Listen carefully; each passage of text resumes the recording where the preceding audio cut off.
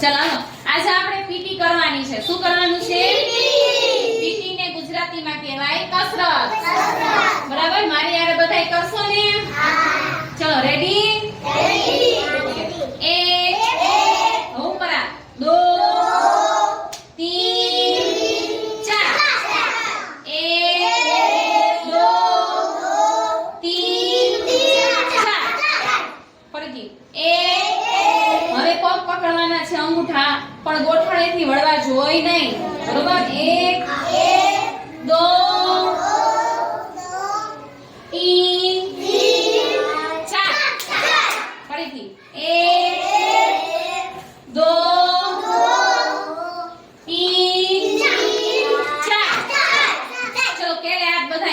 તમારે રહેવાનું છે સીધું ખાલી કમળ જ તમારી ફરવી જોઈએ બરાબર